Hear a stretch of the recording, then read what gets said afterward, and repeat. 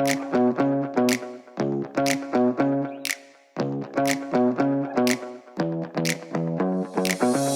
right, so Melanie Dellas, thank you so much for being here. You're very welcome. Thanks for having me. Yeah, so just as a reminder, Exploring the Trails podcast, I started this because I wanted people to get to know a little bit more about the staff and Valencia Trails. And then I've realized there's just so many other interesting people as well that I want them to get to know the people as well. I think by knowing our neighbors, it's just going to enhance our experience. Yeah, So absolutely. thank you. So now I think you fit the bill of a very interesting resident. So I'm gonna read a few things that I've learned about you. Okay. Okay. So not only are you a very involved resident here, but you're a published author, a former magazine publisher, a podcast host, a cultural preservationist, which we'll get into, a historian, a crime scene investigator, and a belly dance instructor. It sounds kind of random, doesn't it? This could, when this you could when be you lay it all out like this that. could be like a 4-part miniseries, I think, but we're going to get through it in one visit Yes, here. Netflix, are you watching? But to your point on it sounds random, what would you say ties all of those things together? I think for me, it's really just a love of learning and this excitement that I have in my brain to like do as many things as possible before I can't do them anymore. Yeah. You know, I want to try new things and learn everything I possibly can.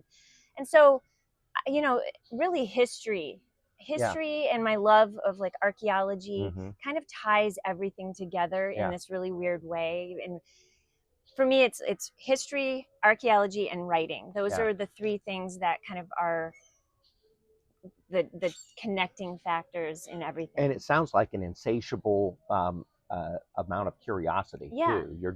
You're Absolutely. very varied. So let's Yeah. talk about your authorship, the books that you've written. So from what I was able to tell, you've got maybe 5 books out there. Mm-hmm.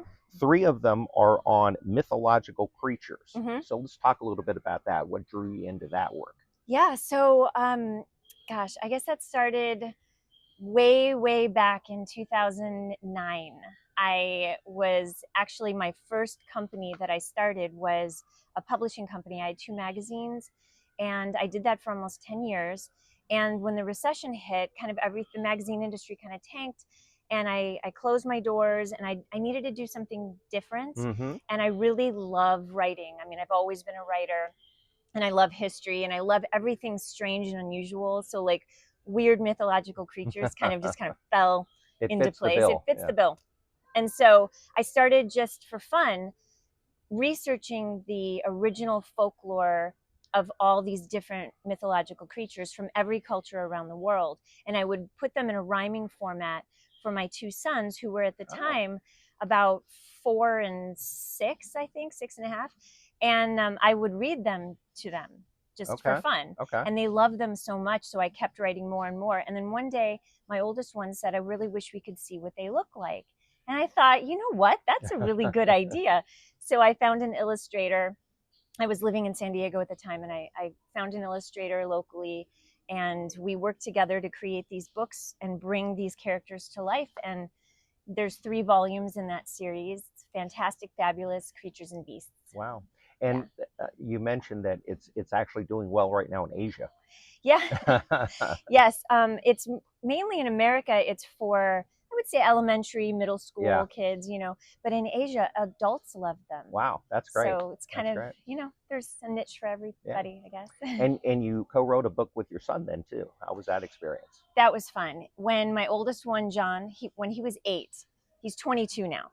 So when he was 8 years old, it was kind of a summer project. And it really started because he came home one day and just started saying like his version of patty cake. And I had never heard it before, and I thought it was brilliant.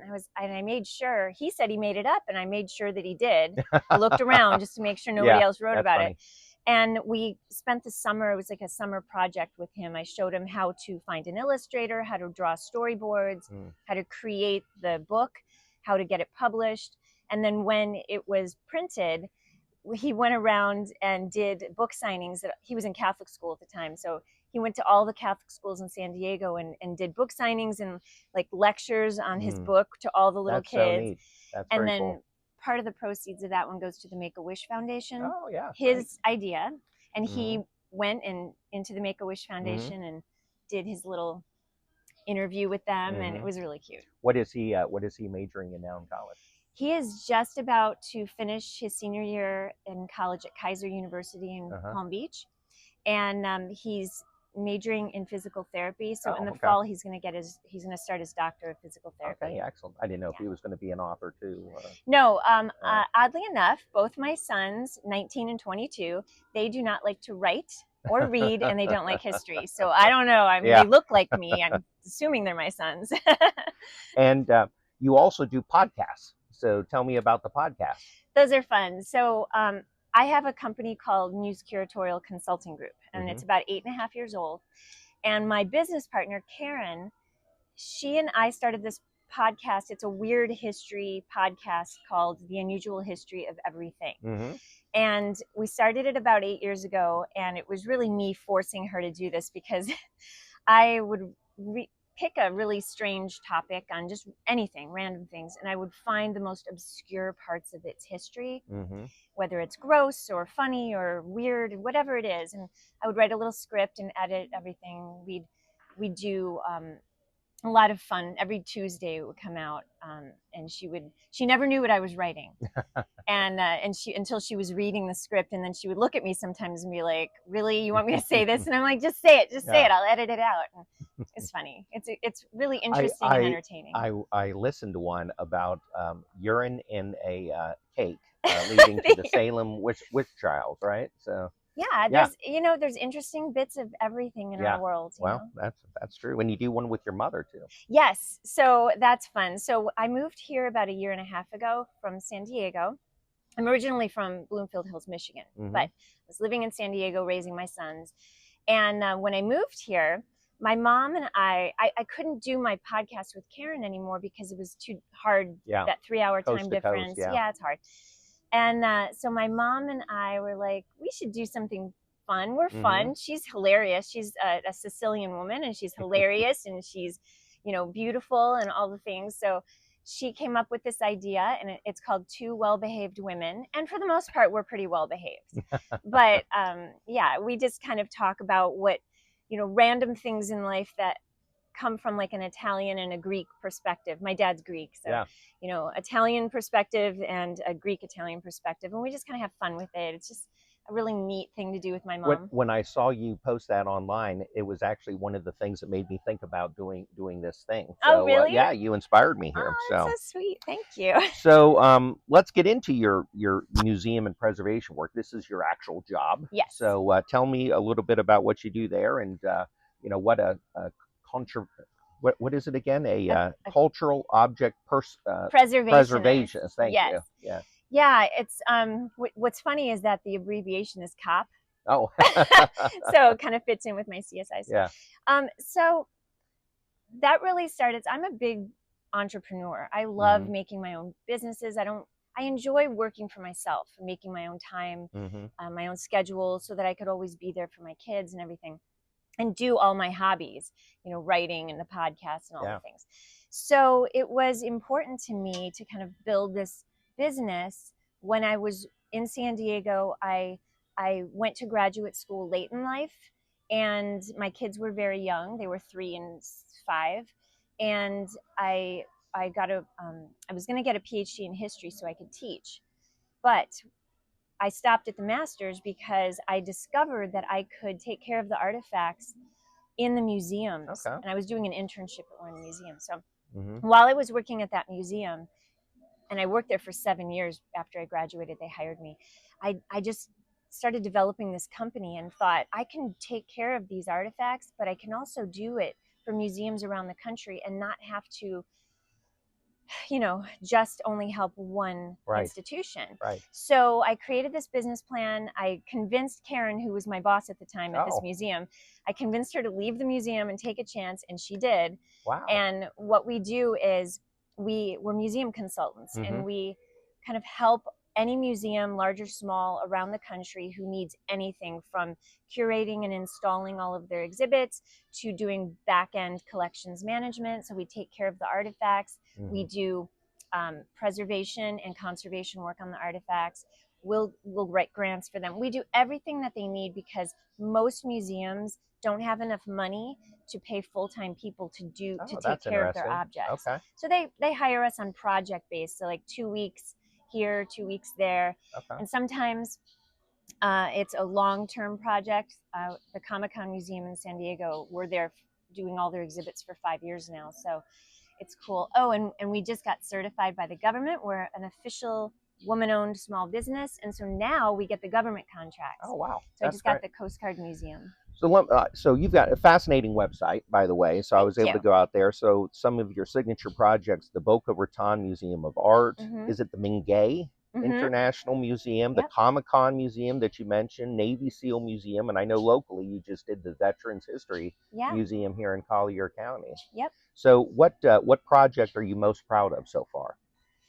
Oh, that's a hard one. I would say probably the Comic-Con Museum, because all the projects are special. Yeah. But we helped start the Comic-Con Museum, and we're the ones doing their exhibits from day one.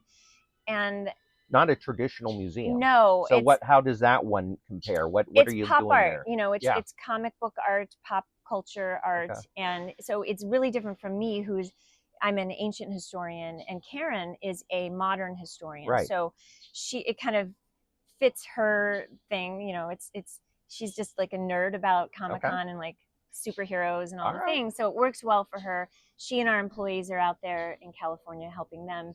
But I'm proud of it because it was one of our first clients. We started it, and we're still going strong over there. We have a lot of exhibits to be proud of. Wow, that's fantastic. Now, so let's take a detour and talk about crime scene investigation. How on earth did that get started? That's kind of like random, right? Yes. But so when we had the COVID quarantine, so I was still in California. And California, as you probably know, was the last state to open up. We were closed for 1.5 years, and so my company didn't have any clients. We weren't bringing any money in. And I thought, I kind of got scared. You know, I said, I need to have a career that's going to withstand the inevitable stupidness that happens again, you know, in this world. And so I went back to graduate school while we were in quarantine, because what else are you going to do, right? So I went online, I did another master's degree, and I thought, there's always going to be crime. And crime scene work is much like archaeology work, where you collect evidence in the same way, you process information in the same way, you have all the protocols. So I was already kind of knowledgeable in that, and who doesn't love, you know, crime documentaries and things like that. So I got the master's in forensic science, and my idea was to work with the San Diego Police Department, which I did end up doing for a year, in their crime lab. And so I was in the lab processing the evidence for latent prints, fingerprints, and DNA on the weapons and all the evidence. And I went to some crime scenes, but not many. And when I got here, I didn't have any museum clients yet, and there aren't a whole lot of museums around our area, so it was difficult. Throw in the fact that I didn't know anyone except my parents who lived close to downtown. I thought, maybe I can work for the crime labs here and get to know some friends, get to know the area. So the sheriff's department hired me, but they don't have crime labs in the same way that California does. So I was forced to be a crime scene investigator in order to collect the evidence and stuff. So in San Diego, you weren't actually on crime scenes. You were behind the scenes? I was behind the scenes in a lab. Okay. Yeah, I was in the lab coat with the that's goggles. A whole different shift then, isn't it? So. It is. I mean, I did go on to a couple crime scenes, but it wasn't my main job. I asked to go on those crime scenes just to get the experience. So here, I had to go to the crime scenes. Fortunately, Collier County is the safest county in the U.S. according to USA Today. Yes. And that's actually true, because we have a lot of rogue window washers, though, that we have to take care of. The FGCU students. I know. Well, you know, That never would have happened if I was still a CSA. That's right. That's right. So. What was funny was when I moved to Valencia Yeah. Trails, everyone saw the van parked in my I know. driveway. I remember seeing the van. Because it wouldn't fit in the garage. Yeah. And I got so many knocks on my doors. Everything okay? Is there a cry? Should we be worried? Yeah. Is there a threat? And I'm like, no, it's just me. Yeah. So it was fun. It was a really great job. But then 8 months into it, I had to quit because my company just got too busy, which is a good thing. Yeah, sure. And I miss it, but I'm still really good friends with the girls I worked with, and it was a interesting, valuable experience for me. And I'm glad I did it. I bet. Yeah. Oh, good. Yeah. All right, and now, I mean, there's just so many topics to talk about. Let's talk about belly dancing. So yes, let's talk about belly dancing. So what's going on with that? I didn't, when you and I were talking before, you said it's very common in a lot of cities to have a big belly dancing contingent. But yeah, in fact, when I came here, I was shocked that I found one belly dance teacher. I don't know. It wasn't a thing around here. Yeah. But in California, it's all over the place, you know. But I've been a belly dancer for 32 years. Okay. And I've taught all over the place. I performed in Seattle, New York, San Diego. I don't perform anymore, but I still dance all the time. I love it. Teach. I teach. So I thought I started the belly dance club here to offer these free classes for everybody because I really wanted to meet new people. I didn't have a lot of friends.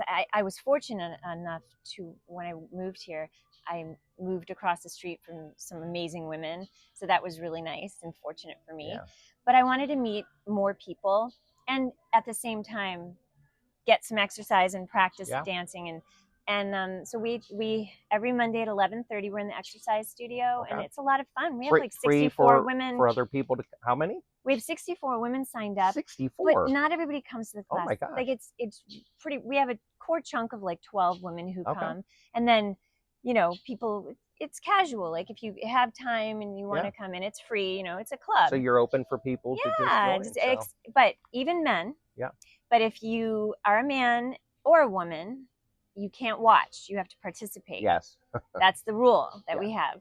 Well, I don't think I'll be there, but maybe I mean, maybe somebody will. I don't know, but well, that is fascinating. It's fun. So maybe now let's get back to Valencia Trails. Yeah.